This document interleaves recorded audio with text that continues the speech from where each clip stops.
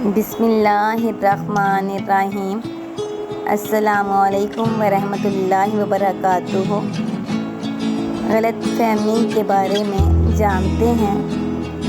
छोटी सी गलतफ़हमी या बदगुमानी यानी शक व शुबा बरसों का ताल्लुक़ चंद मिनट में ख़त्म कर सकती है।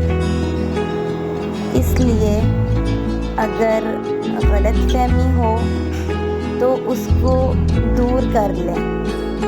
यानी अगर हमें कोई गलतफ़हमी हो गई है किसी अपने के साथ तो उसे दूर कर लिया जाए। और बदगुमानी है तो जान छुड़ा लें।